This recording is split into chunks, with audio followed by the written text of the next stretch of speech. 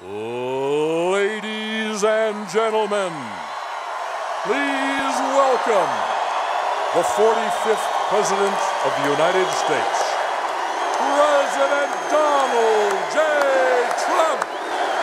Hello, Colorado. We love Colorado, this beautiful place. And I'm thrilled to be back in Colorado Springs. I've spent a lot of time here over the years. Beautiful place beneath the majestic peaks, that's true, of the Rocky Mountains with thousands of terrific, hardworking, great American patriots. With your help this November, we are going to defeat the radical Democrats. And we are going to win Colorado in a landslide.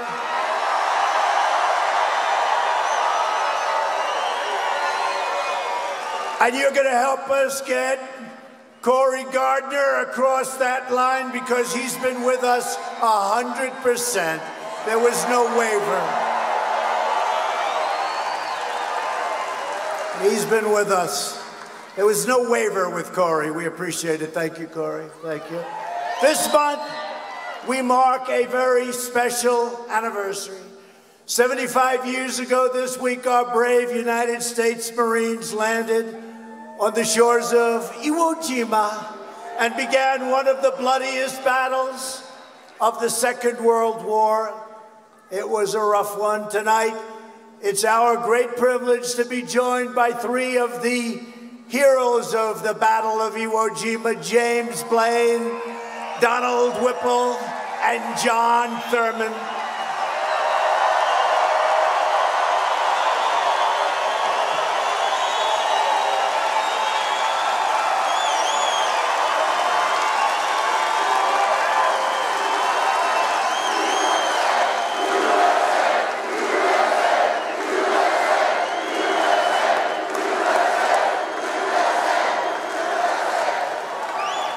Great, great patriots, very brave people. And tonight, we also honor the life and extraordinary, really, of a very extraordinary American hero, one of the last known survivors of the attack on the USS Arizona at Pearl Harbor on December 7th, 1941. He was in the Oval Office just recently, a little while ago, about a year and a half ago. And we just want to pay our respects, okay? You know who it is? Donald Stratton, well-known guy, just passed away. Sadly, he passed away just a few days ago. He was going to be here. Passed away a few days ago, but he was great. I have a beautiful picture of him right outside, and we're going to honor him and his family. Great, great gentleman. So we were going to have four. We have three, and we want to thank you for being here. Thank you all. Thank you. Because America is truly a land of heroes. On behalf of the grateful nation, I would like to recognize the many veterans of the Vietnam War and the Iraq and Afghanistan wars who are here this evening. Got a lot of them. Brave people, great people. This is a truly incredible time for America. We have the best economy in our history, the most prosperity of any country. We are doing better than any country in the world, and it's not even close. And we've rebuilt our military over the last 3 years.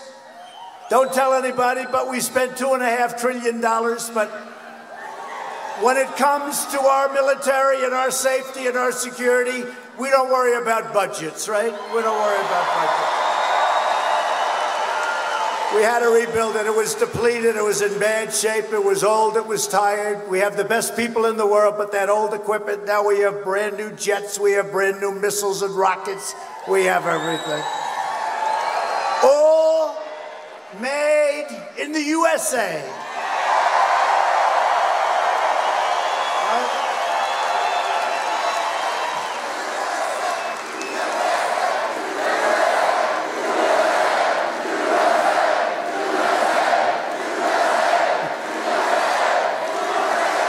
In my State of the Union address, I proudly declared that we are in the midst of the great American comeback. That's what we're doing. Our country is stronger today than ever before. After 3 years of ridiculous witch hunts and scams and partisan Democrat crusades, the radical left's attempt to poison our democracy and overturn the last election have totally failed. They have been a complete flop, and we today have the highest poll numbers we've ever had. Today just came out.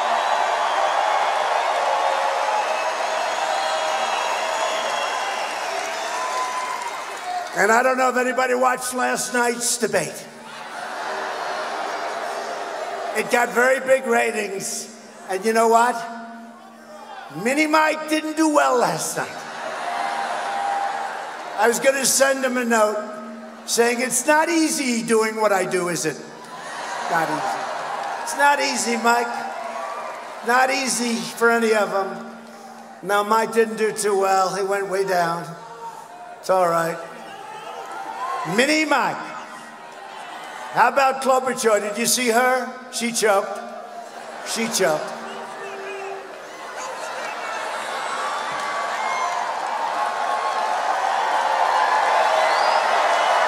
She choked. She couldn't breathe. Alfred E. Newman looked at her and said something slightly derogatory. And she said, are you accusing me of being dumb? Who would make a statement like that? Because that's really what he was doing, but he doesn't want to say that. No, how about that? Are you saying I'm dumb? That was the end of her campaign in my book, you know. You don't say that, even if it's true, you don't say that. Right? You know, they had a crazy person on today on one of the Fox shows. I tell you, Fox doesn't treat us the way they used to. But we have the great Sean Hannity, we do. Now we have Laura and Tucker. And we have, in the morning, Fox and Friends, Steve and Angel. And Brian's gotten much better. He's moving up. And we have the great Lou Dobbs. Lou Dobbs says he's the greatest president ever. The great Lou Dobbs, he said, Lou Dobbs, a year and a half, 2 years ago, he said he's the greatest since Reagan. Then he said, about 6 months ago, he's better than Reagan. And then he said a few nights ago, he's the greatest we've ever had. I said, does that include Lincoln and George Washington? He said, that includes them all. That's Lou Dobbs. The great Lou Dobbs.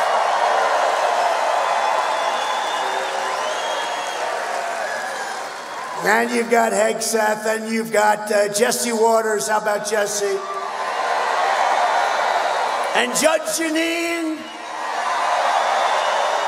And even Greg got fun. You know, Greg hated us, right? But now he says, look, whether I like him or not, he gets it done. It's all about getting it done, right? We're getting it done. Nobody's ever done what we've done. No, but Fox says it. I don't know. It's different. It was different. In the old days, it was better for us. It was better for us. But it's okay. We'll win anyway. We'll win anyway. No, but they had this woman on, Neil Cavuto doesn't treat us good, Neil Cavuto. He's not too good. She said, I don't like him. Nobody likes him.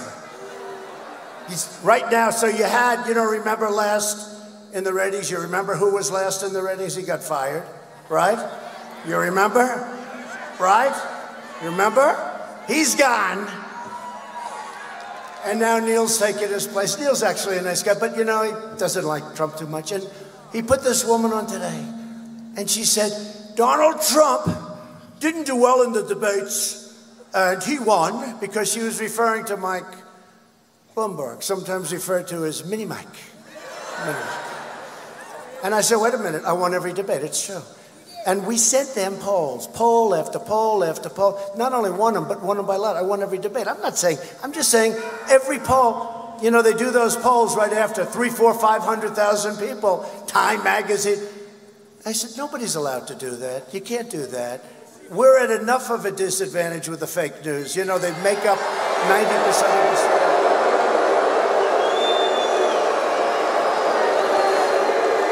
So where is Dan Scavino? Where's Scavino? Does anyone know who Dan Scavino is? Dan, bring me those pages up here. Bring those pages up. See if you can get them. Go get them. It's such fake news. It's so disgusting. You know what? They'd do better if they told the truth. Do you agree? They'd do better. Oh, someday in 10, 14, 18, 22 years when I'm gone, when we leave office in 26 years or so, they're going to miss us. They're going to miss us. You know, I told the story that a month before I ran, 2016, I was thinking about it. I said to my wife, who's become a great first lady. People love her.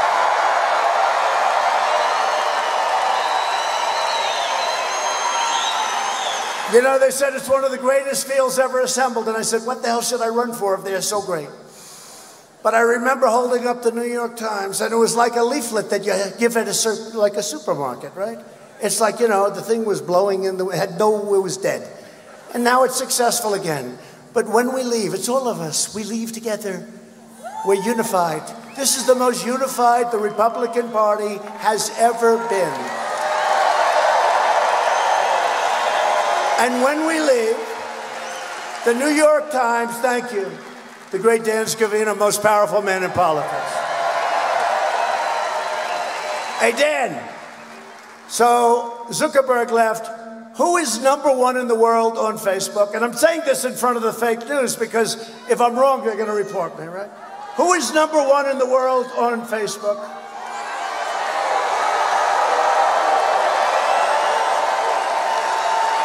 He walked in, but that's us. He walked in we had dinner recently, just because I want them to pay taxes. I want to find out what's going on.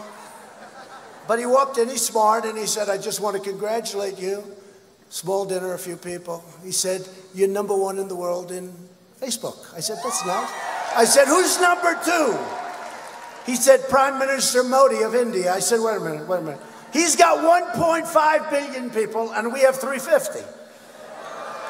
So he should be #1, but we're never going to give up that position of #1 in the world for our country, for Facebook, for Twitter, for anything, and they still haven't figured it out.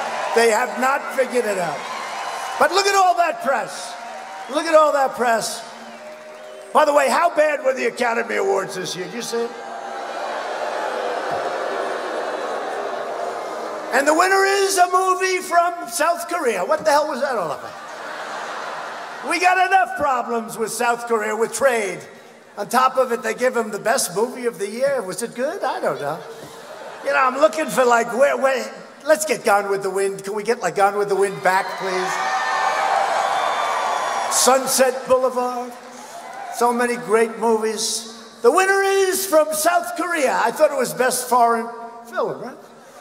Best foreign movie. No, it was did this ever happen before? And then you have Brad Pitt. I was never a big fan of his. He got up and said a little wise guy statement. Little wise guy. He's a little wise guy. Anyway, but we're doing well. But here, I just showed this real quick, right? So this horrible journalist, she's a real, she's a Trump hater. She gets, you know what she's worth? 0 ratings. Nobody watches her. But she said, she was trying, look, Bloomberg made a fool out of himself last night. He choked. He's another one. He's going, I can't breathe. I can't breathe. Don't ask me the question, please. I look at my wife, I said, let's send him a little note. It's not so easy up there to do what I did, right? Not so easy. But this woman who's a 3rd rate, 4th rate, she's been with everybody. Every year she's like with a different group, but I won't use her name because we'll make her too famous. It actually plays to their advantage, but she's 3rd rate. And she's on the lowest rated show on Fox, Neil Cavuto. So that's why. So she said, Donald Trump, didn't get good ratings. He didn't do well in the polls. He said he didn't do well in the debates. She said that we were defeated in the debates. Well, I defeated crooked Hillary every time, and by a lot. So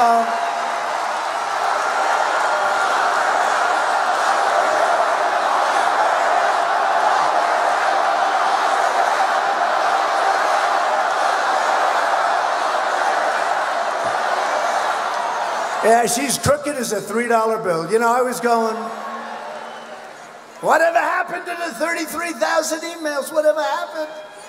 33,000, she deleted them and acid washed them, and she didn't get in trouble. Can you imagine if a Republican did that?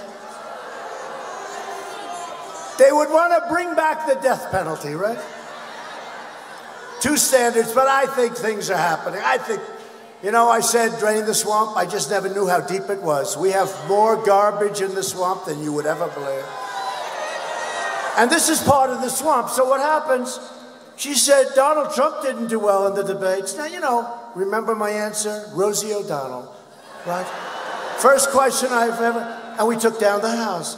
Then the second, Brett Baer, he asked me, I had to raise the hand. I'm the only one, I guess, that raised the hand, right? And the place went crazy because I was the only one telling the truth, okay? Turned out I was the only one telling, and you know, the people get it. But she said, I didn't do well in debates. I said, really? I won every single debate. We had 15 or 14 debates, and we had the presidential debates with crooked Hillary against myself. So here's one. I don't want to, you know, I'm a little guilty because these are all my friends, right? A lot of them are my friends now. They weren't my friends then. They were my mortal enemy. It's hard to be friends when you're competing against somebody, right? You're right about that. So here's Donald Trump, 67. The next one was 13%. The next one was 5%, 4%, 3%, 2%, 2%, 2%, 1%, 1%, and 0. But here it is. All right, that's Time magazine. All right, that's Time. They don't like me. I don't like them either, by the way. Although, actually, I do like the new owner. This year, I got beaten out by Greta. You know Greta?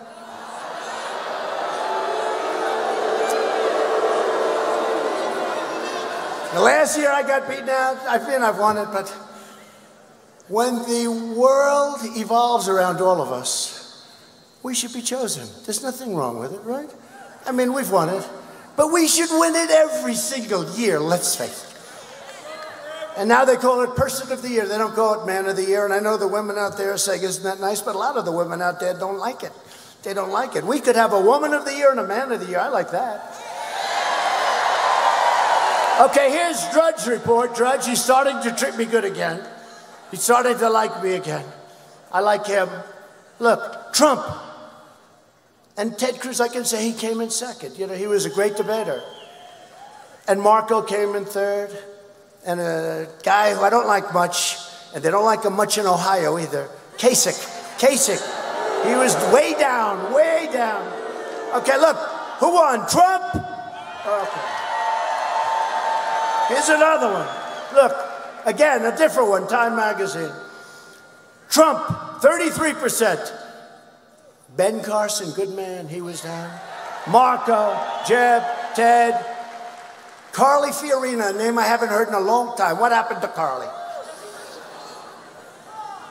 And Rand, good poll. Here's the story, look, but way up, way up. Look at that. Here's another one. Look at that. Trump, 46%. I didn't make this up. Here's another one. This is a different debate. I don't know. They're all different. I won every one of them. Look, Trump. I just took these at random. 46%. Second, 5%. 3%. 5%. 3%. 9%. 5%. 11%. Trump, 46%. Here's another one. CNBC.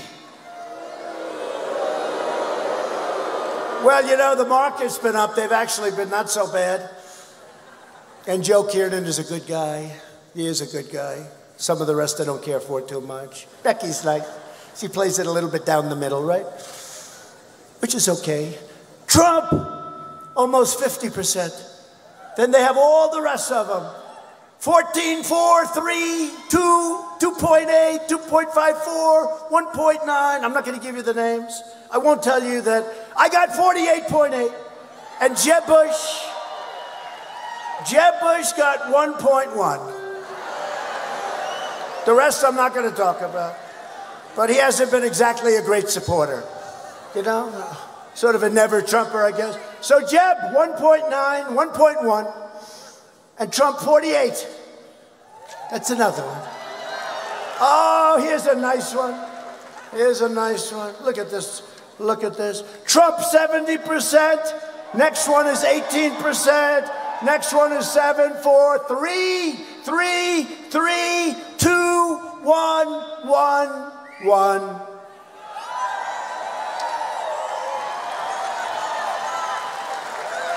Trump didn't do well in the debates. See, they're fake news. Here's another one. Trump kicked ass. Trump kicked ass. Trump 48. Number 2 was 6. Here's another one. Trump 75.6. Crooked Hillary was 24%. This was against Crooked Hillary. So look at that. Trump was 74.6. Crooked Hillary Clinton was 24.1. Trump was 80%. Crooked Hillary was 18%. And I've got this woman. You know who it is, right? Nobody knows her name. I'm not going to mention. But everybody knows Neil Cavuto. She has no credibility, and neither do you, Neil Cavuto. Here's another one, Crooked Hillary. And by the way, one is a Fox poll, one is Breitbart, one is a Drudge Report, one is a Patch, one is Syracuse.com, one is Polit Opinion. Oh, that's a good one. But look at these numbers. Trump, 92. What is this? So I'm winning every poll. I beat Crooked Hillary. Here's the one. Trump 61, Crooked Hillary 39, okay? That's what it is. And then I turn on the damn show on Fox. Again, it's not the same. It was much better. It really was. It was much better. I turn on Fox, and I've got this third-rate political journalist, if you call her that, saying, Trump did very poorly in the debates, but he became president. No, I did great in the debates. I became president because of the debates, because unlike Mini Mike, I could answer questions. And here's the final one. And I could get you another 15. These are all the ones that are taken right after people call in hundreds of thousands of people. They call in Time Magazine, CNBC. So here's a CNBC. Crooked Hillary Clinton, 39%. Donald Trump, 61%. And then this stupid person said, I didn't debate. Well, now look, I don't mind. And you can have bad debates. But I won every single debate. And then I listened to this. Then 3.5, 4 years later, I have to listen to a person saying how we didn't do well because these people are among the most dishonest people anywhere in the world. Take it, take it. There it is. Okay, let's get back to business. Now I feel good. Now I feel good.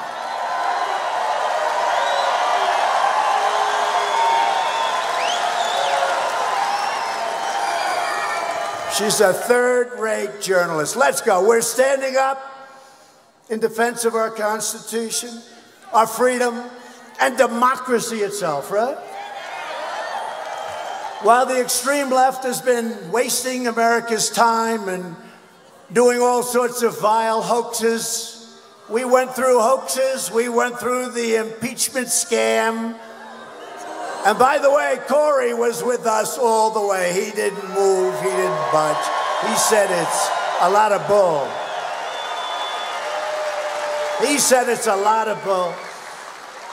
But while they're doing that stuff, and we're working with a cloud, we're working with these people. They want to take you out. They want to change the results. They got caught spying, let's say it like it is, right? They got caught spying on our election fake news. Hey, fake news, take your cameras for a change and show them the room and show them behind you. Go ahead, show them the room.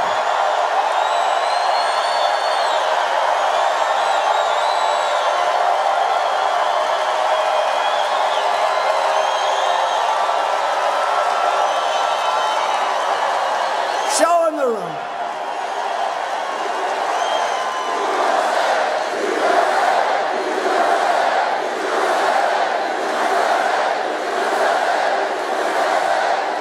You see, they never do it, including Fox, by the way. Fox is not that much better. We just got lucky because we have all their high-rated shows are the shows that like Trump. All their loser shows like Cavuto are the shows that don't like Trump. How is Shep Smith doing lately, by the way? How's Shep Smith? He had the lowest ratings, and now Cavuto took his place, so that's okay. But they never show the room. My wife, our great first lady, she goes, I say, hi, honey, did you watch the debate? Yeah. How did the room look? Was that, because last night, I think we turned away 21,000 people. We had an arena that, it held like 12, but we fill up the basketball courts, right? Or the ice rink. We had to have 15, 16,000 people. It was like on fire. You all saw it. It was great. And she said to me, she said, darling, how did you do? I said, I did great. I said, did you see the arena? She said, no, they never show the arena. You know? You know that guy Dana White at UFC? Well, you know, I won't tell you about him yet, but he's a brilliant guy, right? I mean, he sold his crazy fighters, I mean, bomb. $4 billion he got. With Fertitas, great people. But you know what? They're always showing, it's full. These fakers back there, they don't want people, but I'll tell you what my wife said. They don't show it, but you can't imitate 15,000 people when it comes to the noise. Look, they won't show it. They never show it. And we've never had an empty seat from the day I came down the escalator, not one. And what these guys do, if Mr. and Mrs. Jones, sitting right up there, beautiful couple, if she said, darling, I'm sorry, there's nothing I can do about it, darling, I have to go to the bathroom. He said, darling, I'll walk with you. The cameras glung onto those seats. They glung on. And they say there were 2 empty seats. Trump didn't fill up the arena. These are the worst people. But when I told them to spin around those cameras, they stayed that way. Now, if we had a protester somewhere in the arena, it could be up in that corner where it's loaded up with people. Those cameras, they look like a pretzel. They look like a pretzel. They want to find if there's trouble. Those same guys could cover anything. I used to think, well, it's the equipment. It's very rigid. They can't turn it. And then some idiot from up in the corner starts screaming stupid stuff. Of course, that's dangerous in this room, to be honest. We don't have it too much.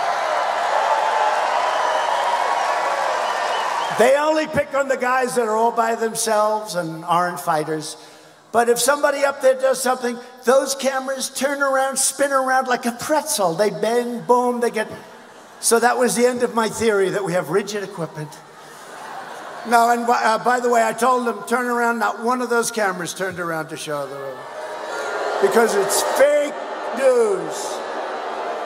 While the extreme left has been wasting America's time with vile hoaxes, we've been killing terrorists, creating jobs, raising wages, enacting fair trade deals, securing our border, and lifting up citizens of every race, color, religion, and creed, right?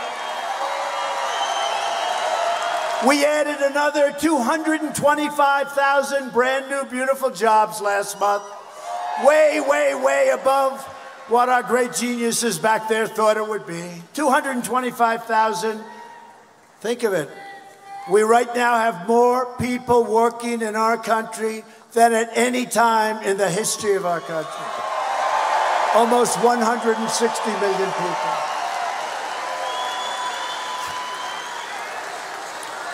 And right now, since the election, we go by the election, don't forget, a lot of things happened when we won.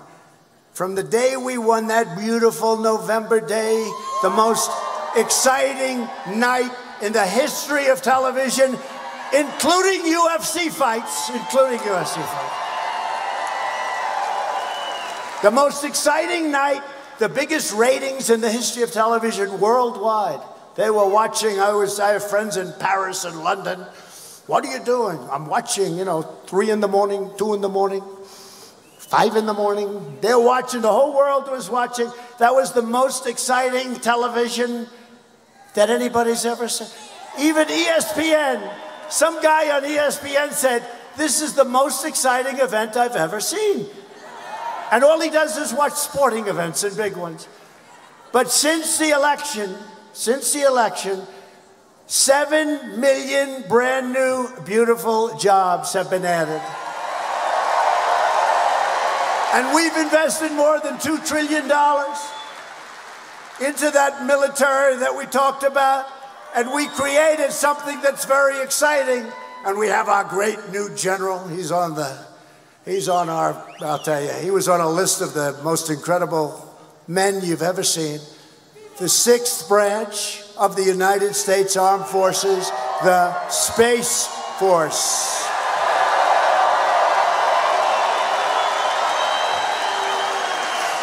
And I will be making a big decision for the Space Force as to where it's going to be located, and I know you want it.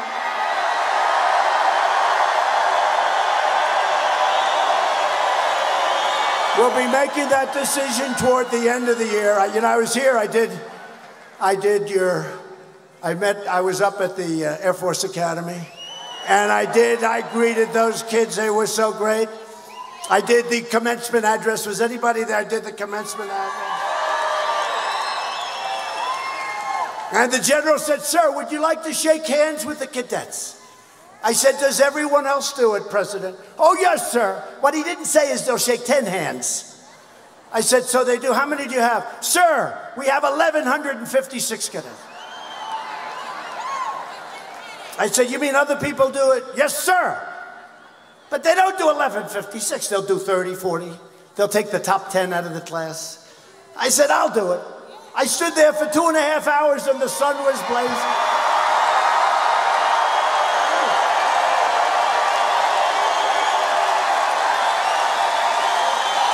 True. And I shook 1,156 hands. And a lot of these kids are very strong physically. In fact, you have one of them as an example. He was the winner of the home run derby. Did you know that?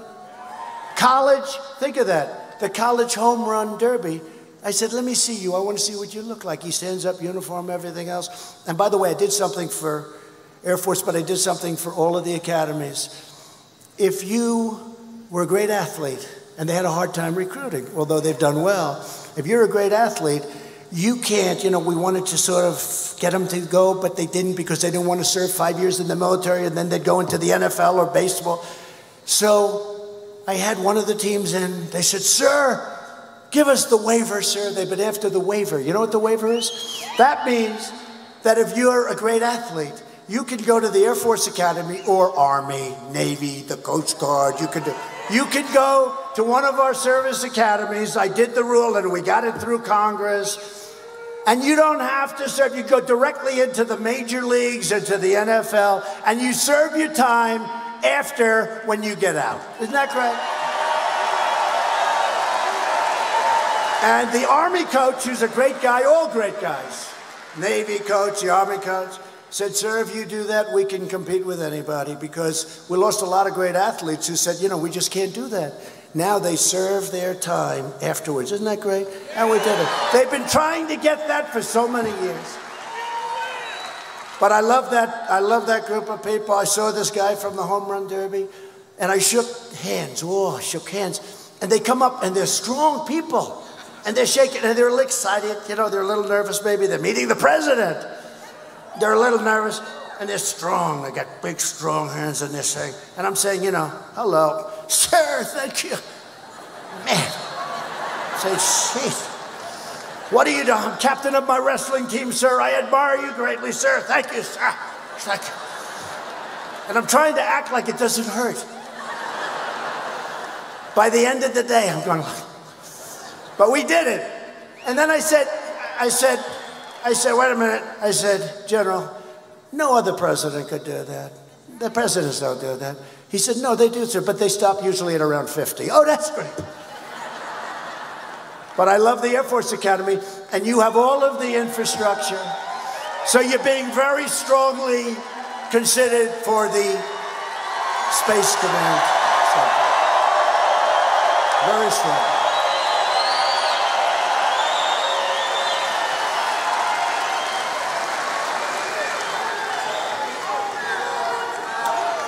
And actually, I have to say this. I think I can say this, Mr. Senator, but the governor showed up at the plane today, your governor, Democrat. No, but in all fairness, he showed up because he wanted to lobby to see if they could get it. That's okay, that's all right. And we are going to be making that decision, Corey, when we make that decision, all right? Okay. But we've destroyed the ISIS territorial caliphate 100%. We killed the founder and leader of ISIS, al-Baghdadi. He's dead. He's dead. And we just killed the world's #1 terrorist, Qasem Soleimani, ending his evil reign of terror forever. Forever and ever.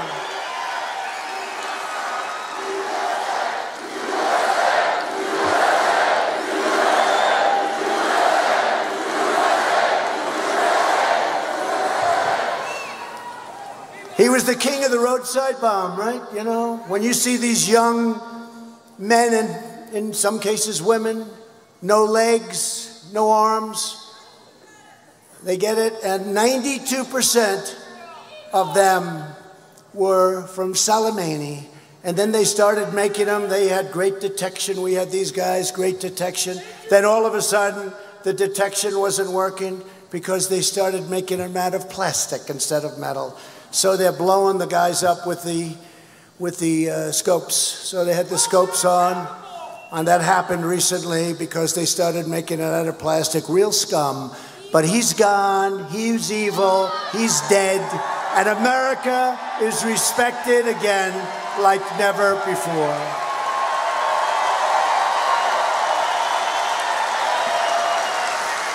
But as we keep on winning, Washington Democrats keep on losing their minds. They've gone nuts. That's why millions of registered Democrats, voters, people that were with the Democrats for a long time, they're leaving their party to join our movement. They're joining our great Republican Party. We have more enthusiasm than any party's had in the last 50 years.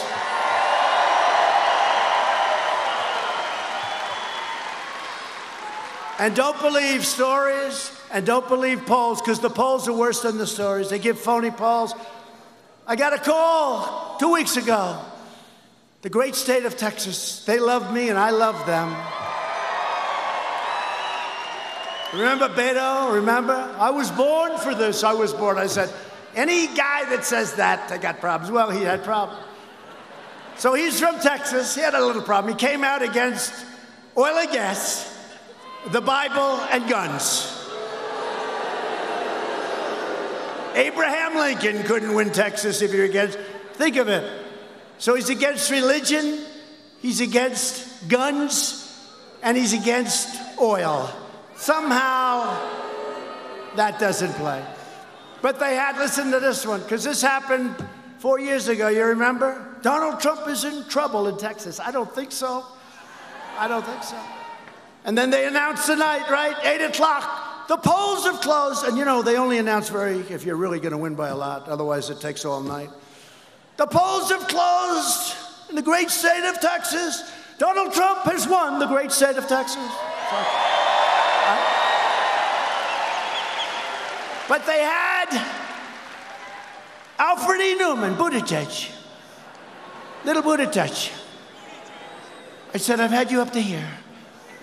They had little Buttigieg leading Donald Trump in Texas, these people. But very close. He said, it's too close to call. This is a poll where Buttigieg, so a friend of mine from Texas, a big, powerful, strong guy, real Texas, he's got the cowboy hat. I'd love to wear that hat. I wouldn't have to comb my hair so much. I wouldn't need hairspray, right? I'd love those Texas hats. I don't know if we get away with it in Washington. That's my only problem. But I love him. This guy wears that big hat, the biggest hat. He's a big guy. And he's interviewed by somebody. He said, listen, I don't know much about politics, but I can tell you one thing. Buttigieg is not tied with the president. The president is leading him like by 20 points. It's like I said the last time. Nobody's leading Trump in Texas. And you know what? Nobody is even close to us in the great state of Colorado. We're leading.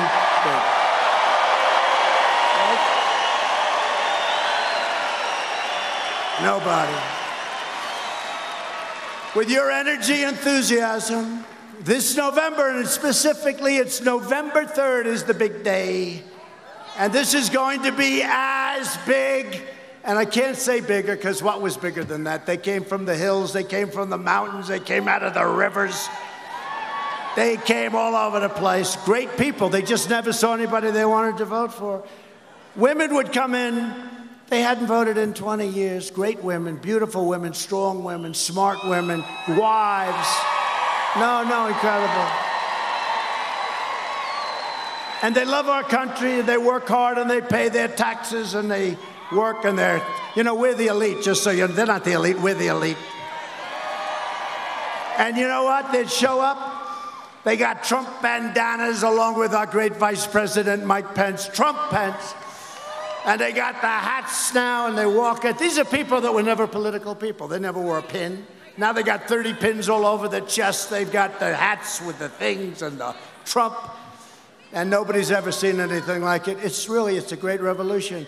And we're turning this country around. And I'm not saying anything can ever compete with 2016, but I think if we don't do it, a lot of what we've done, and we're going to go over the jobs and the regulation cuts and what we've done for the vets with choice and accountability. But you know what? They can undo it, but in 4 years, they can't undo it because that tree will be planted, it'll be solid, they're not going to be able to do it. So we got to win. And your Second Amendment is at stake, remember that. So this November, we're going to take back the House, we're going to hold the Senate, and we are going to keep the White House.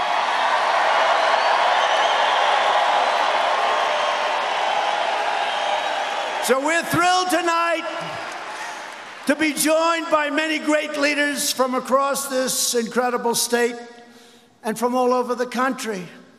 And I want to thank Mike Pence. I heard he gave a great speech. I never wanted to be too good. I never wanted to be too good. I said, Mike, take it easy. Can't be too good. Mike is great. But we have Secretary David Bernhardt, Department of Interior. Thank you. Come on up there. He's great. What he's doing, by the way, he's the largest landlord by a factor of about 2,000. Department of the Interior, you're taking good care of Colorado, please? Okay. He's a big deal in Colorado, right? He's a big deal. All those beautiful mountains and rivers and lakes. He's the guy. You better keep them nice and clean. Believe me, we like the environment more than anybody. We want clean water and we want clean air. And you have warriors. You had guys, they fought for us 197 to nothing. We were think of it. The Republicans, 197 on the House to nothing. Congressman Ken Buck, come on up. Congressman Scott Tipton,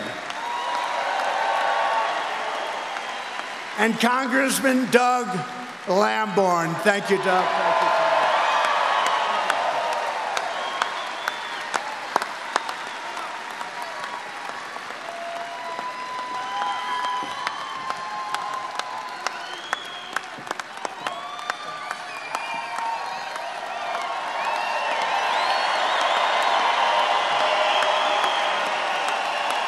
And we're also joined tonight by somebody that you really love. I mean, and I love him too, but there's a reason he's my son, Don Jr.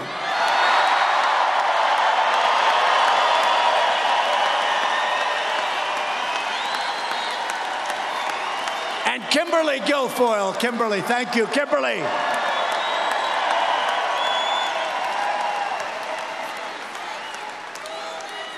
And a man, he happens to own the Chicago Cubs, but that's okay.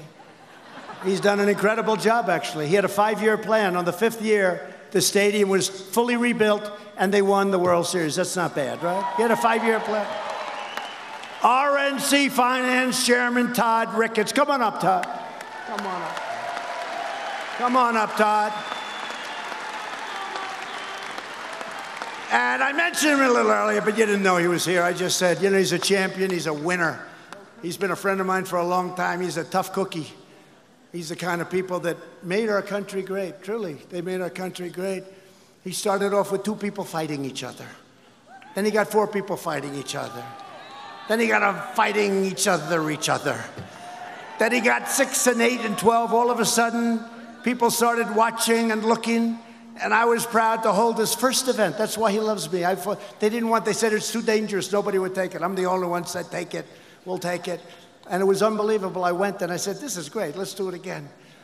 And he has been my friend for a long time.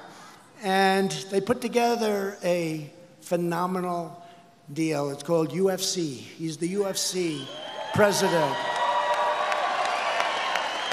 And they just sold the company. He started it off for about $30, and they just sold it for $4 billion. And the people that bought it said, we're not buying it unless Dana White stays back and runs it. So Dana White, come on up. He's now a very wealthy guy. Come here.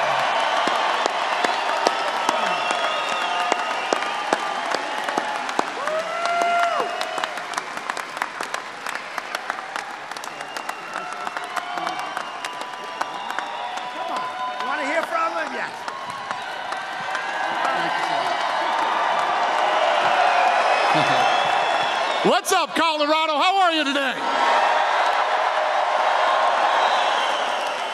So, I'm not a very political person, I'll start there, but let me say this. There's things that I can tell you about the President of the United States that you don't hear on TV and you don't hear from other people. Like you said, I've known this man for 20 years. We've actually become even closer since he's become the President of the United States. When somebody becomes the President of the United States, you don't ever expect to hear from them again, okay?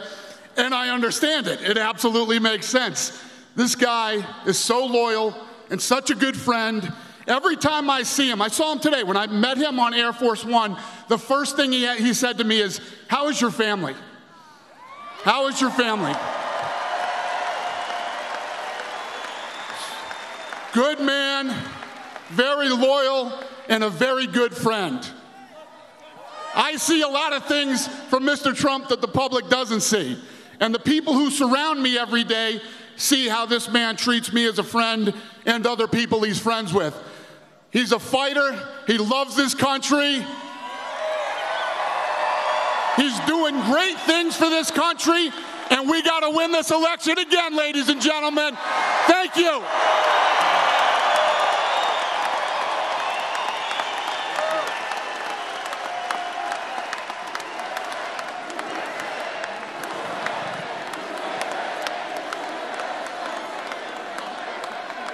That was beautiful. Because, you know, we get tired of hearing from these politicians all the time, right, politicians, right? What a job he does, and we thank you very much, Dana, and you are my great friend, and thank you. So, I want to bring up a man who's going to win the election with us. And really, he has been. He's been so rock solid. You know, there were stories, will he? Because we're doing great in the state. We're doing great. And you know, your Second Amendment, you like the Second Amendment. It's under siege. But with Corey and with me, they're not going to play with your Second Amendment. Not going to happen. But it is under siege. You see what's happening. But somebody, we fight together, and he's been so great. Corey Gardner, please come on up, please.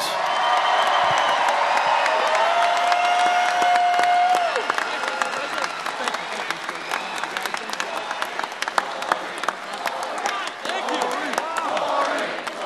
Good evening, Colorado. How's everybody doing?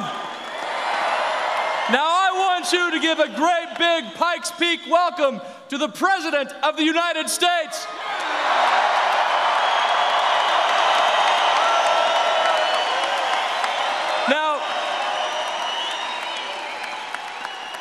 Now, I think they heard you on Pikes Peak, but they didn't hear you on Mount Garfield. Give them another round of applause.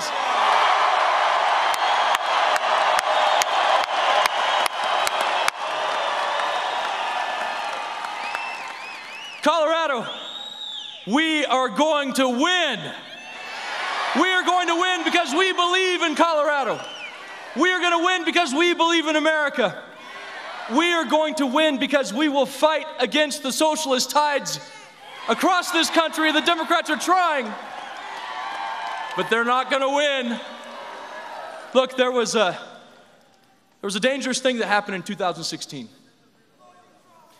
It was the normalization of socialism by Bernie Sanders. The most dangerous thing was the normalization of socialism by Bernie Sanders, because what happened? Candidates started running as socialists. They embraced the platform. And today, there aren't shades of socialism. They are running to the left on a socialist platform. They want to take our guns. They want to take our health care. That's their platform. What they say they will do. Colorado, are we going to let it happen? We will not. Mr. President, you've done so much good for Colorado. As a result of your work, the Bureau of Land Management is now headquartered in the great state of Colorado. United States Space Command and Space Force are operating out of Colorado Springs. And just a few miles to the south, please understand how big this is. In 1962, President John F. Kennedy went to Pueblo, Colorado.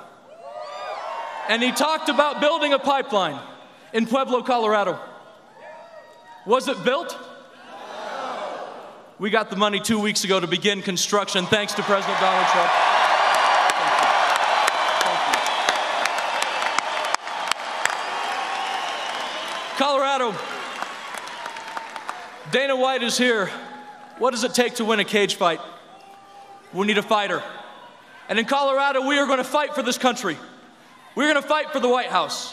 We're going to fight to maintain a Senate majority because we need to continue the great work of freedom in this country. Colorado, make us proud, stand strong, and together we will win. Thank you.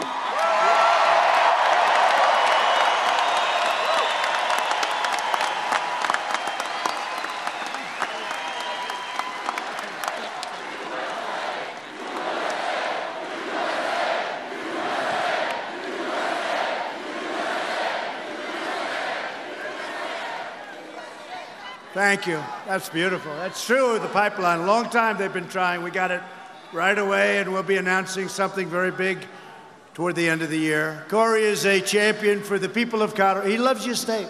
Look, he loves your state. He was here. He does the tractor thing. He loves tractors. He sells a certain type. And don't worry, if there's any noise, just let him. They won't hear us. And he's got my complete and total support and endorsement. He will never let you down.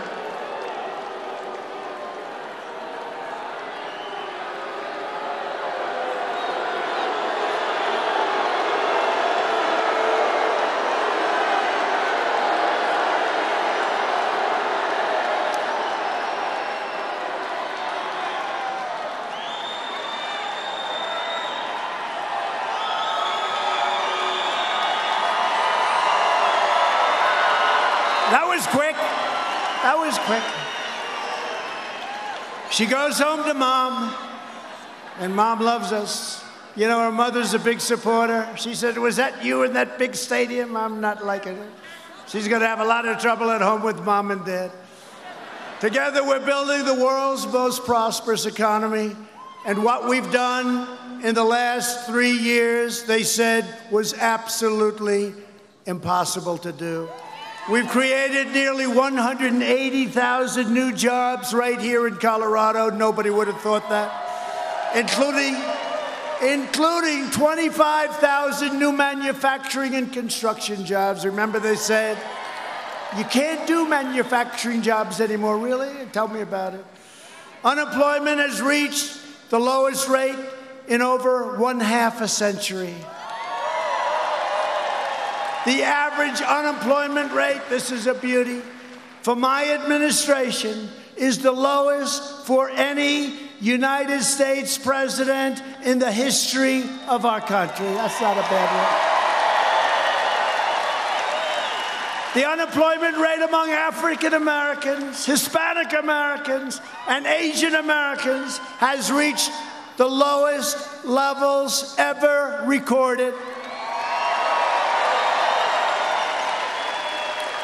And for women, 71 years, and soon you're going to be hitting the historic number. 71 years, the best numbers in 71 years.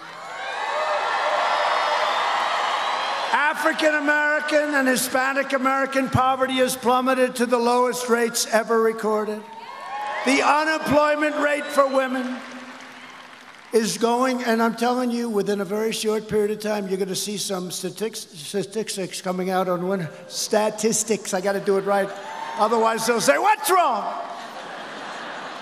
You know, if you go 16 of these, and if you mispronounce one word, they say, what's wrong? Statistics for women that are going to be unbelievable. They're going to be unbelievable. The best ever. The veterans' unemployment rate dropped to a record low. Workers without a high school diploma have achieved the lowest unemployment rate ever recorded in U.S. history. 500,000 more Hispanic Americans now own a home. We've lifted 10 million people off of welfare, and median household income is now at the highest level in the history of our country. Think of that. Think of this. To lift up forgotten communities that need investment the most, we created with Tim Scott, great guy, great senator from South Carolina, opportunity zones. Jobs and investment are now pouring into over 125 newly designated opportunity zones right here in Colorado. You know about that, right? It's been amazing. Opportunity zones are amazing what's happened. We're supporting working families by fighting for paid family leave and getting it, reducing the cost of child care, and giving 40 million American families an average of $2,200 in their pockets directly, thanks to the Republican child tax credit. People don't know that. Our historic regulatory reduction campaign is ending the tyranny of Washington bureaucrats. We repealed the ridiculous Waters of the United States rule, which was basically taking away your property. And we are taking the Bureau of Land Management out of Washington, D.C. We've just done it.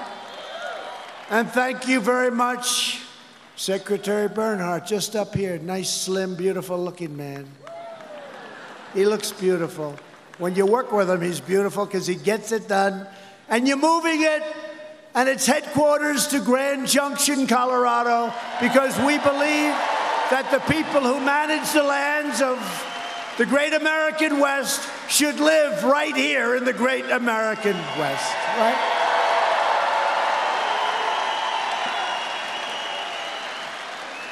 And we have ended the war on American energy. There was a war, and we're up here, and we're doing it. We are right now energy independent. Can you believe it?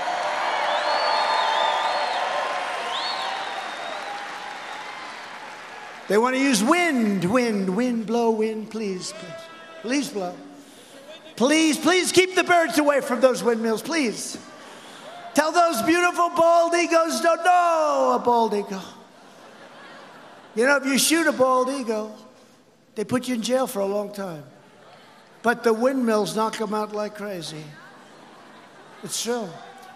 And I think they have a rule, after a certain number are killed, you have to close down the windmill until the following year. Do you believe this? Do you believe this? And they're all made in China and in Germany, Siemens. And for those of you that want to hear it, when they're making them, more stuff goes up into the air and up into the ozone, the atmosphere. More stuff is going up there, they're making it, And they don't say this, but you know, after a period of time, they get tired, they get old, they get rusty. And a lot of the guys say, hey, their useful life is gone. Let's get the hell out of here. And they're all over the place. You look at Palm Springs, California, take a look. Palm Springs, they're all over the place. They're closed, they're rotting, they look like hell. Every major Democrat running for president wants to entirely eliminate American production of oil and natural gas, crushing Colorado's economy, destroying tens of thousands of Colorado energy jobs, and demolishing property values all across the state. They're doing that. Look, you're going to vote for one of these people, probably Crazy Bernie. He seems to be leading. Mini Mike, I thought he might come up, but he can't because he can't debate. He wasn't meant for the camera, do we agree? He wasn't exactly great last night. No, I think you lost 2 last night. Only in Colorado could somebody say that. No, you're going to probably, it looks like Bernie, doesn't it? Looks like Crazy Bernie. Crazy Bernie's not big into natural gas and oil and the things that keep our great factories and plants going, right? But Colorado voters will never let it happen. We're reversing decades of calamitous trade policies.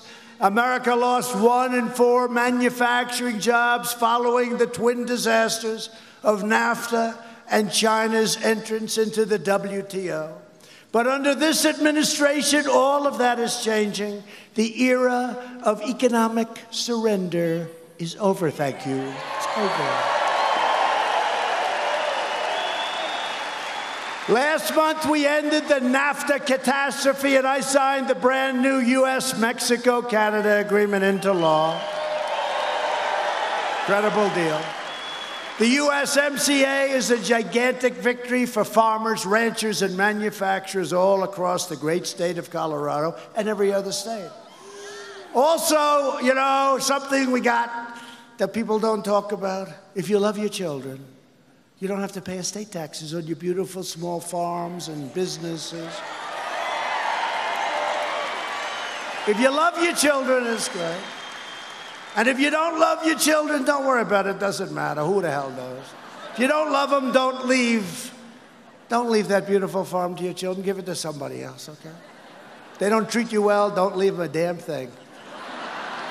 Are you listening, Donnie? Are you listening, Donnie? I also took, no, it is true, that's a big deal. You know, farmers were leaving their ranch and their farms and their people were leaving their small businesses to their family, and they were being assessed and valued much higher in many cases than it was worth. You couldn't do it. They'd go out, your kids would go out and borrow a lot of money. They'd end up losing their business, losing your farm that was in your family for 150 years. You know what happens. And they're good kids, and maybe they'll never be you. They can't farm like you, and maybe they can't, and maybe they can. Maybe they're better. But you know what? They'd go out and they'd borrow a lot of money, and they'd lose the farms. The number is staggering. We got rid of it. No more death tax, no more inheritance tax.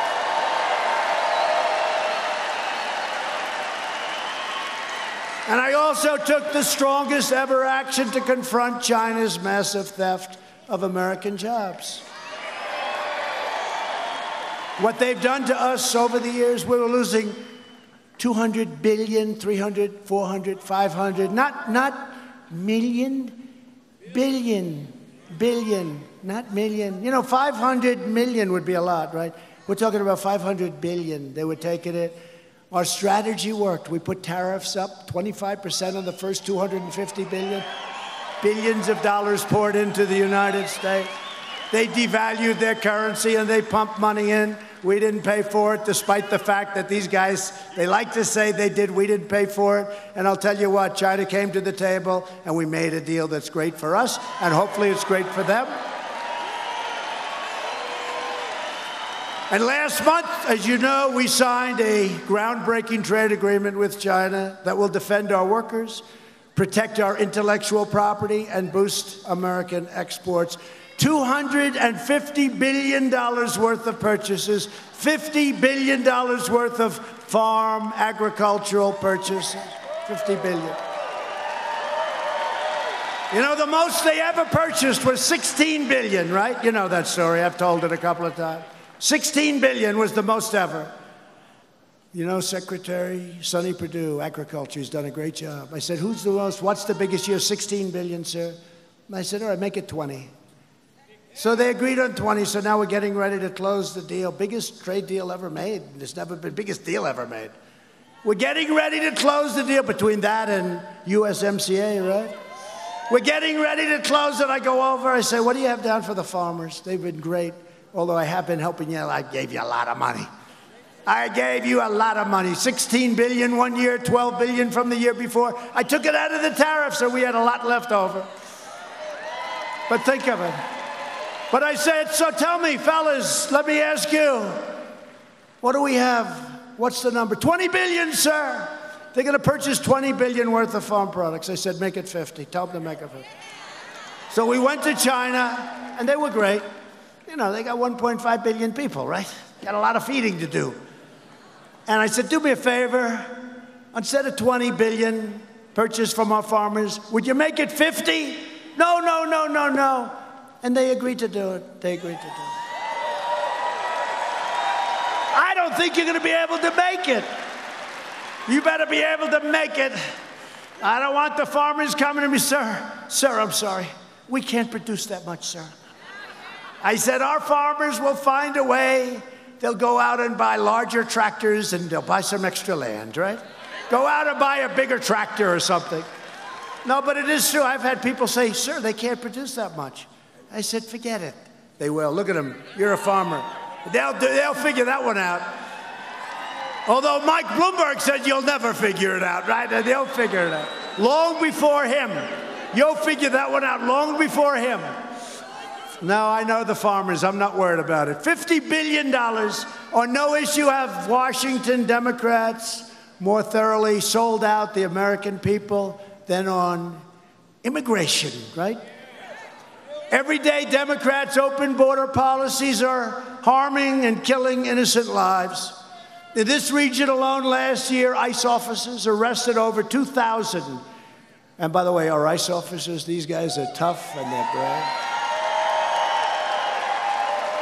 Over 2,000 criminal aliens. That's MS-13 gangs, thousands, and they bring them back to where they came from. And by the way, now their countries take them back. They weren't taking them back. Safe third agreements, right? They take them back. Charged or convicted of dangerous offenses, including robbery, rape, and murder. We bring them back, and in some cases, we don't even want to bring them back. We have to put them. I don't want to house them for the next 50 years. But you know what? We don't want to take chances either. But we'll bring them back to Guatemala, Honduras, El Salvador, Mexico. We bring them back. They didn't used to take them. They said, we don't want them back. Oh, okay, we'll keep them ourselves. We don't do that anymore. In Denver, an illegal alien was recently charged with brutally stabbing a judge multiple times, attempting to murder him in his own home. The alien had been arrested 36 times over the past 20 years. Other than that, he was a very fine fellow. For crimes including assault and child abuse, yet somehow they kept letting him go, and he was still in our country. In communities across the nation, radical, and we're watching them very closely, left-wing politicians are imposing deadly sanctuary cities and sanctuary states and policies that compel local law enforcement to release these illegal aliens straight into your beautiful communities. Last year, Colorado Democrats enacted a law declaring this entire state to be a sanctuary for dangerous criminal aliens. As a result of state and local sanctuary policies, officials in Boulder defied federal law enforcement and released a previously deported child molester into the community.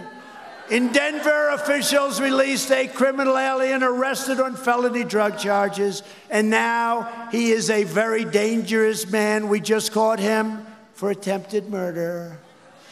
And right here in Colorado Springs, El Paso County, officials defied the request of federal law enforcement and released a criminal alien arrested for robbery, assault, and kidnapping. They released him straight into your community. These are the Democrats. These are your Democrats. Democrats think that Colorado should be a haven for murderers, predators, kidnappers, and felons in our country, and that come in illegally. Republicans believe that Colorado should be a sanctuary for law-abiding Americans, not criminal aliens. If you want to shut down sanctuary cities and stop sanctuary states, if you want to protect your family and your loved ones, you must vote for Corey, vote for Trump, vote for the Republican Party. We're getting it done.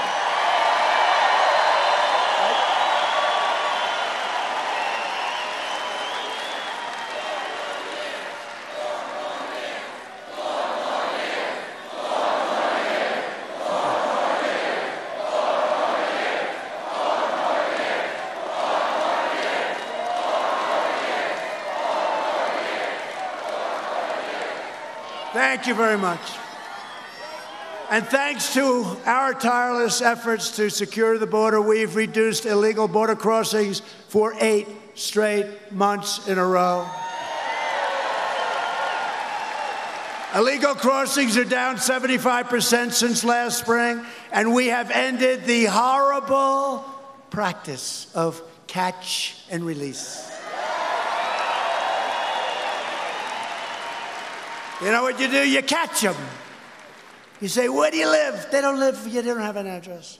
Where do you live? Give us your address. They don't have an address. Many are criminals. Many are very dangerous criminals. So they're saying, and we are building, the wall has gone up 122 miles as of yesterday. And it's a serious wall. You know, did you hear?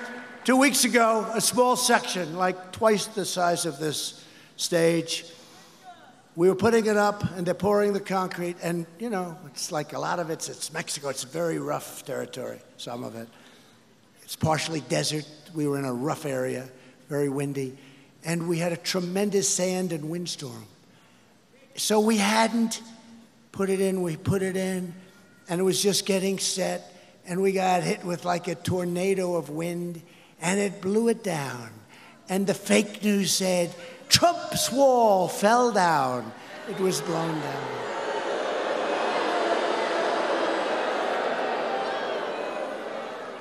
But see, at least we have a voice where we can explain. It's true.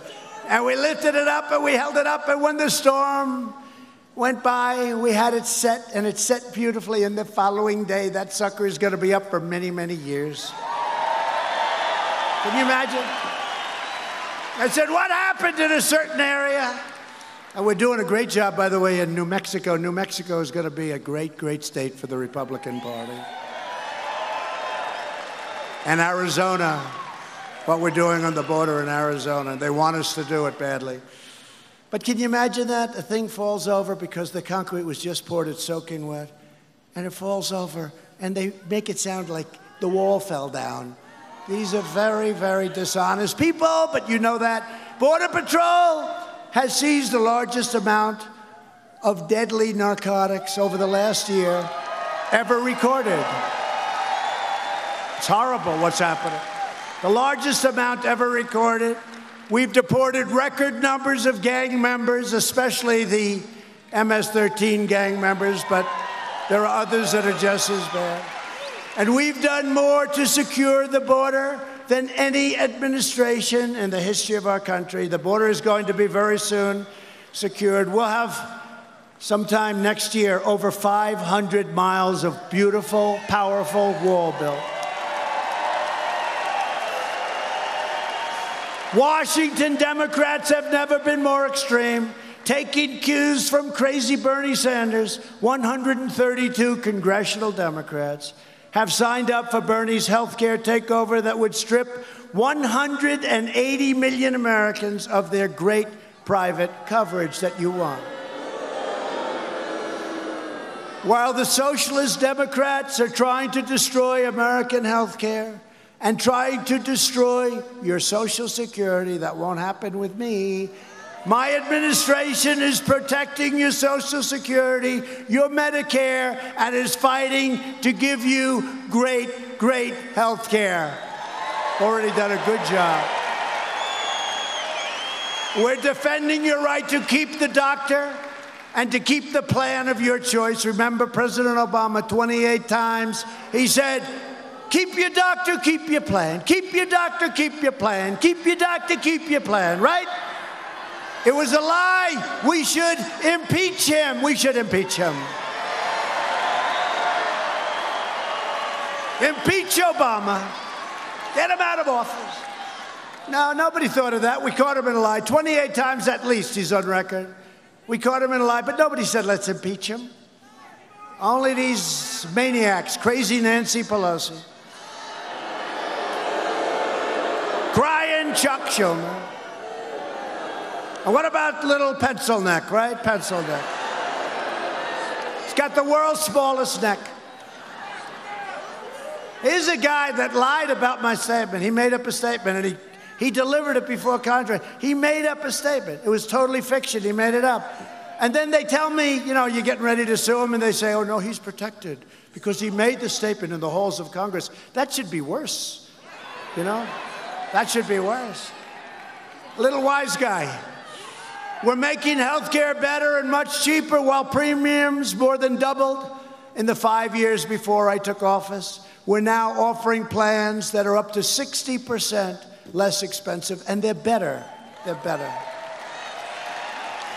We're protecting people with pre-existing conditions, and we always will. We're fighting to stop surprise medical billing. I signed an executive order imposing price transparency. That's going to be bigger than health care in a certain way. Watch the prices come down. Because when providers are required to show their prices, those same prices fall very, very fast. We have approved a record number of affordable new generic drugs, which are just as good as the name brand drugs, but at a tiny fraction of the cost. We have totally transformed veterans' health care, including getting the long-sought VA choice and VA accountability. So now if our veterans have to wait online, they go out to a doctor, a local doctor, we pay the bill, and they're all set. They don't have to wait for 6 weeks. Right?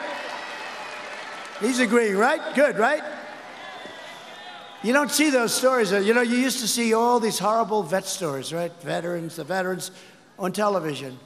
And you don't see it because Veterans Choice, it's amazing. You go out, our great veterans, here's a man right here. You're saying yes, right? Purple Heart. Thank you. Thank you. That's great. But it's a lot different under Trump, isn't it, huh? A lot different under Trump. And now you go out to a private doctor. But, you know, we also got accountability. They've been trying to get these things done for 45, 46, 48 years. Couldn't get them done. I'm good at getting things approved, I have to say. But we also got accountability where we can fire people that aren't taking care of our vets. If somebody isn't doing a good job, you couldn't fire them. Now you look at them and you say, get the hell out of here, you're fired. And we passed Another thing, for 44 years they've been trying to get it passed, the spectacular right to try, where we can use our medicines that are in trial. If somebody is terminally ill or very sick, we can use it, and we are having tremendous results. Right to try. I hope that nobody in this room needs it. I hope you don't need it, but if you do, we have the best in the world, and we're seeing amazing results. We're combating the opioid epidemic. Drug overdose deaths have declined for the first time in nearly 31 years. And we are pursuing new advances in neonatal research to care for America's youngest patients and breaking all records in so doing. All of the radical Democrats in the presidential debates have declared their unlimited support for extreme late-term abortion, ripping babies straight from the mother's womb, right up until the very moment of birth. You know that. That is why at my State of the Union, I asked Congress to prohibit late-term abortion for babies. Because Republicans believe that every child is a sacred gift from God.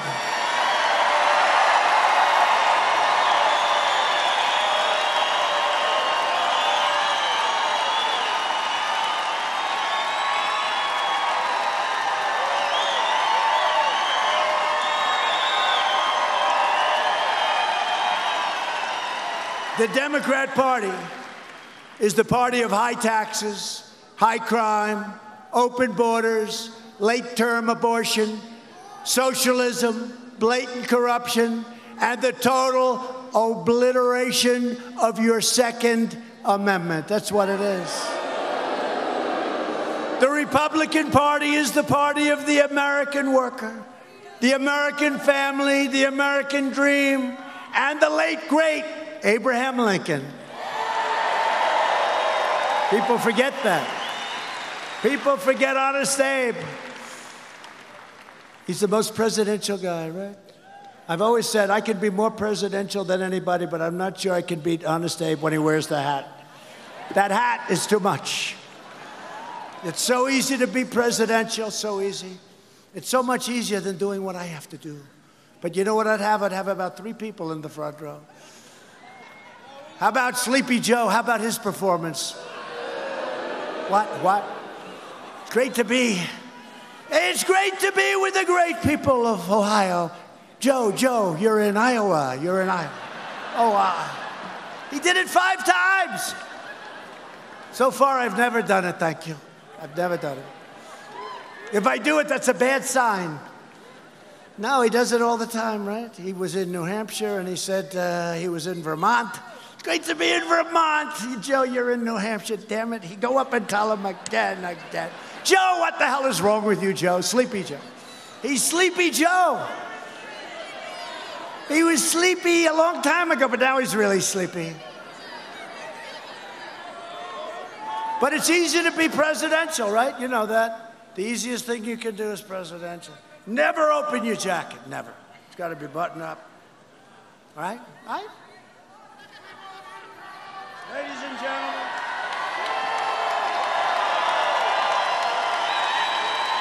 Ladies and gentlemen, the President of the United States. Thank you, thank you, thank you. Thank you very much. It's so great to be with the people of Colorado.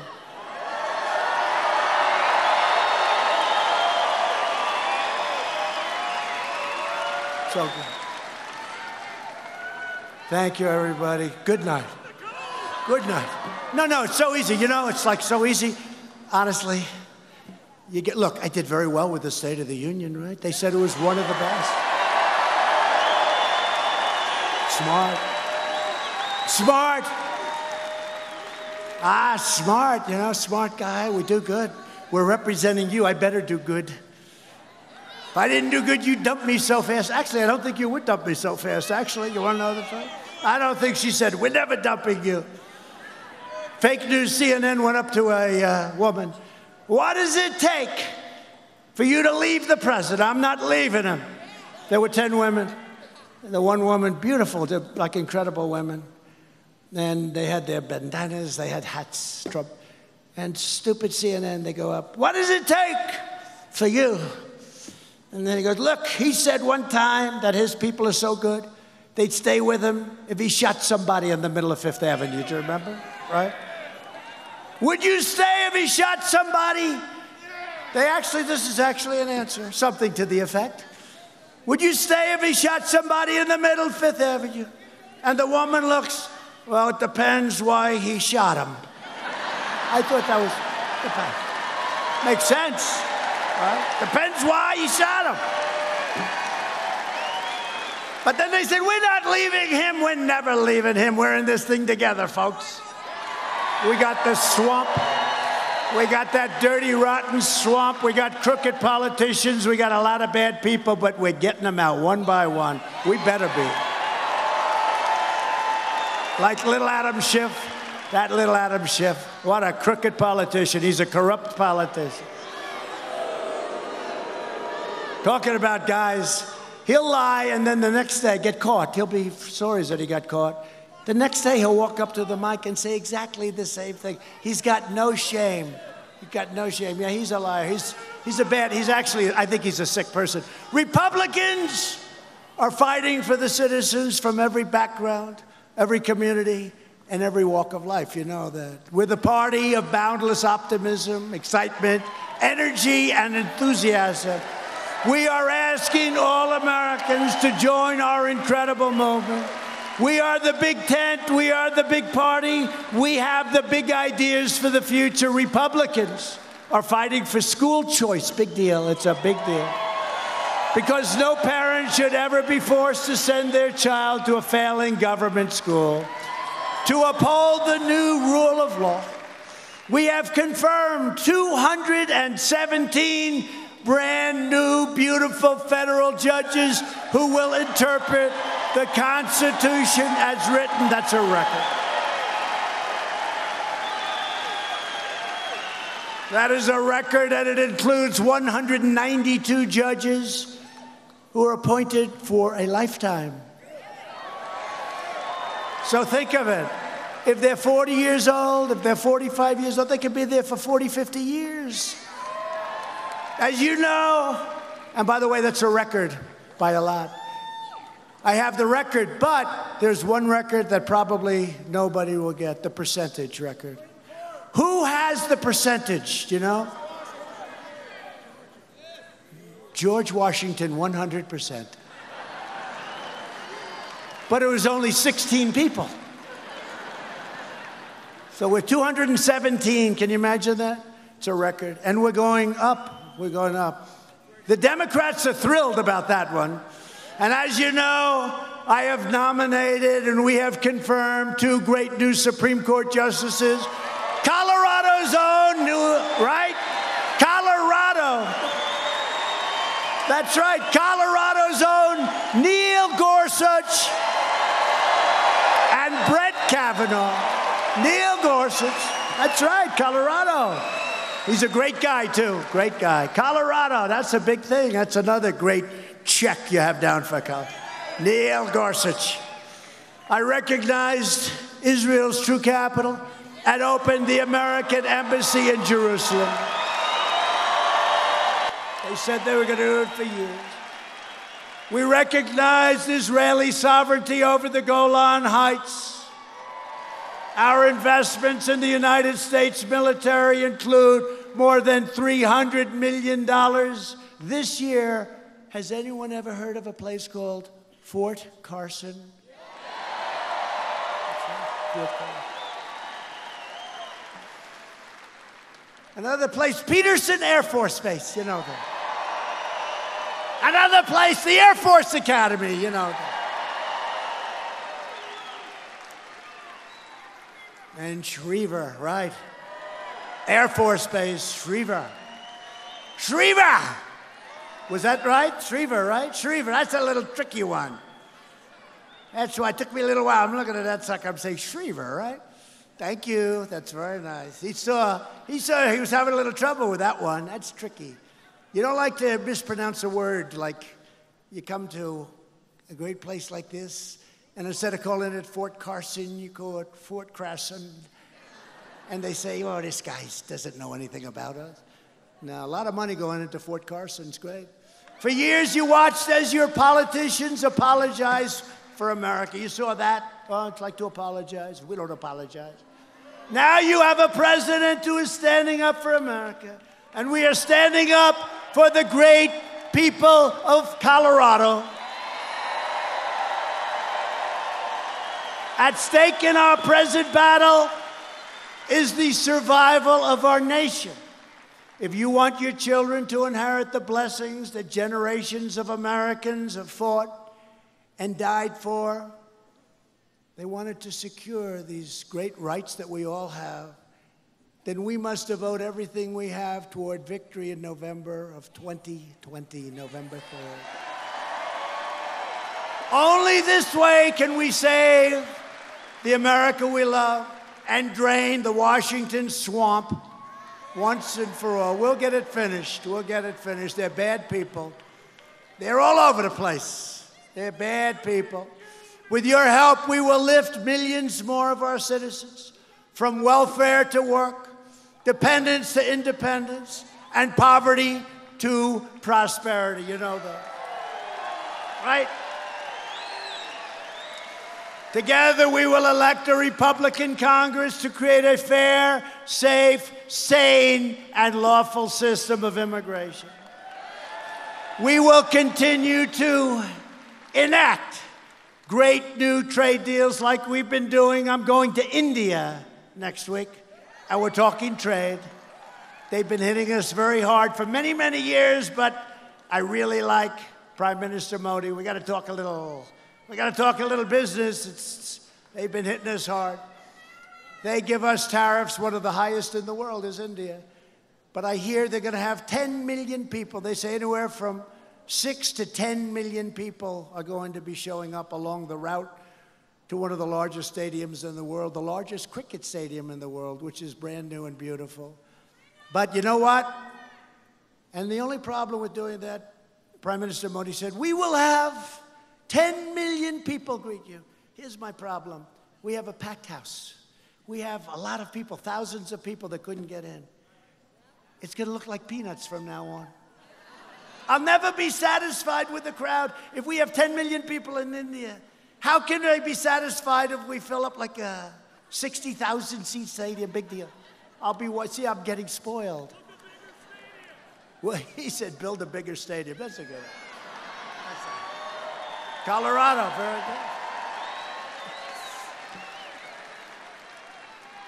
But it's going to result in more products proudly stamped with that beautiful phrase, made in the USA, right? Right, that beautiful phrase. We will achieve new breakthroughs in science and medicine, finding new cures for childhood cancer. They've made such progress. And ending the AIDS epidemic in America. We started a year ago. It should have been started long before in the last administration because they had the technology then. They didn't start it, but we're starting it. We'll have it done within 9 years. It's a 10-year process. Think of that, AIDS. We will land the first woman on the moon and become the first nation in the world to plant our flag on Mars. And you have a lot of that action happening right here. We will defend privacy, free speech, religious liberty, and the right to keep and bear arms.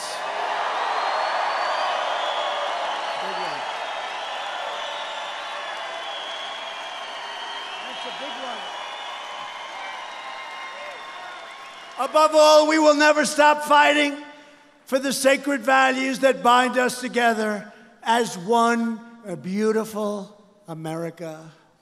We support, protect, and defend the Constitution of the United States. We stand with the incredible heroes of law enforcement. We believe in the dignity of work and the sanctity of life. We believe that faith and family, not government bureaucracy, are the true American way. We believe that children should be taught to love our country, honor our history, and to always respect our great American flag.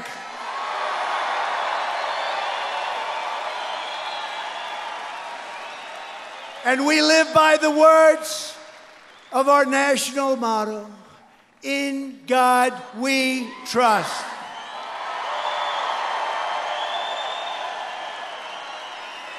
From Pueblo to Fort Collins, from Denver to Durango, from Black Forest to Broomfield, from Castle Rock to right here in Colorado Springs, we stand on the shoulders of red-blooded American patriots who poured out their heart and sweat and soul to secure our liberty and defend our freedom. Colorado was founded by pioneers and prospectors, cowboys and miners and ranchers who tamed the wilderness, explored the West, scaled the Rockies, fought the battles, and helped make this the greatest nation ever to exist on the face of the earth. And we are making it greater every single day, greater than ever before.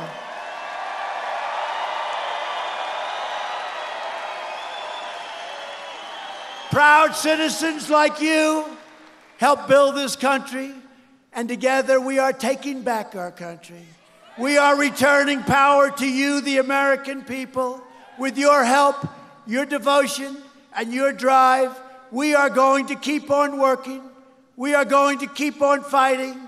And we are going to keep on winning, winning, winning.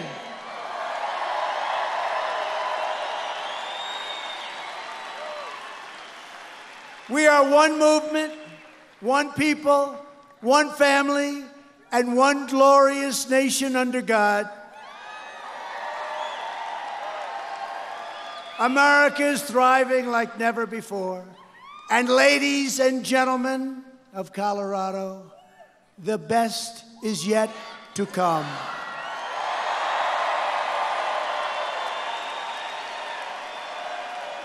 Together we will make America wealthy again. We will make America strong again. We will make America proud again. We will make America safe again. And we will make America great again. Thank you, people of Colorado. All right, you've been listening to the president, having a little fun at this rally in Colorado Springs, talking about how the media might like to play up a couple of empty seats. We didn't see a lot of empty seats as the crowd was panned.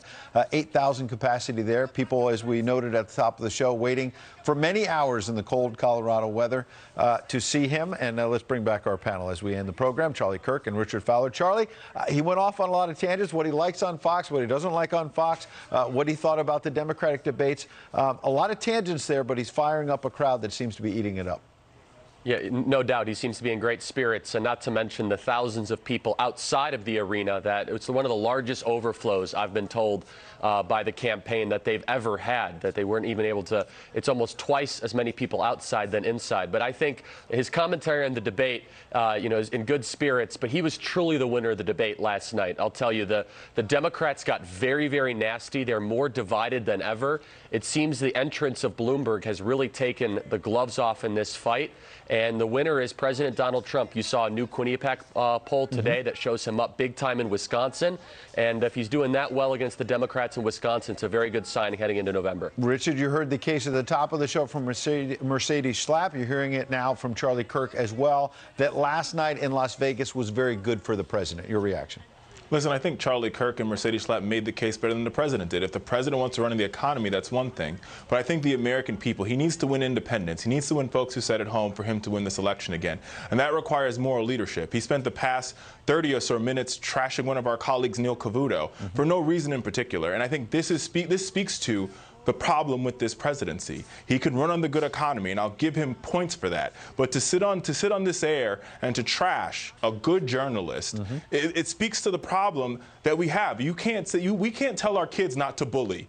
We can't tell our kids to be nice to your neighbors, right? We can't tell our children to do unto others as you'd like to be done unto you when we have a president attacking a good man for no reason in particular, besides the fact that he criticized a particular policy position of his. Right. I'm not sure it was bullying, but I take your point. Neil Cavuto, from the first day I walked into the Fox News channel, has always been an outstanding man, outstanding journalist, has always been supportive, and I want to make sure and stand up for him as well. But in the meantime, Charlie, how do you respond to that when you hear Richard saying, why go off on this tangent for who knows how many minutes? Well, look, I got a couple quick thoughts. First of all, I got two friends in that bout. Neil's been always great to me. I totally second that, and the president the same. So I'm going to kind of just stay out of that and let that happen. I will say a lot of people are attracted to a freewheeling, off-the-cuff, candid leader, unscripted, not like the traditional political class of people that are always reading from a teleprompter and say one thing and do another. There's a great appeal to it. And I know it is different than every other politician that we have seen, but the results that he's delivered for the country, and you see the crowds there is an entertainment faction of this, that all of a sudden it's not just politics, but people are drawn to someone that might be a little unpredictable and someone that also is able to have that kind of element. This is where I'm going to have to stop you, because it's not about this is the president of the United States. This is not about entertainment. This is about leadership. You can't sit here. He's at a political rally, Excuse me, I did not interrupt you. You can't sit here and say that Neil Cavuto is your friend. Charlie, pardon me, let Richard finish and I'll let you in. And rock stars on stage with them and comedians do the exact same thing. He's not a rock star, though. He's the president of the United States, the leader of the free world. And for him to sit here and attack a journalist, multiple journalists, for reporting the facts on his presidency is not only problematic, it's unpresidential, and it's un-American. Our First Amendment is the freedom of the press. You made your point. Charlie, very last point. Look, I'll defend the president, and I'll defend what he's done. Look at the crowds, look at the results for this country. It's incredible. Gentlemen, appreciate you both being here. That is the story for Thursday, February 20th, 2020. But as always, the story continues. I'll see you again bright and early tomorrow, America's Newsroom, 9 a.m. Eastern Time. Have a good night. Tucker is coming up next.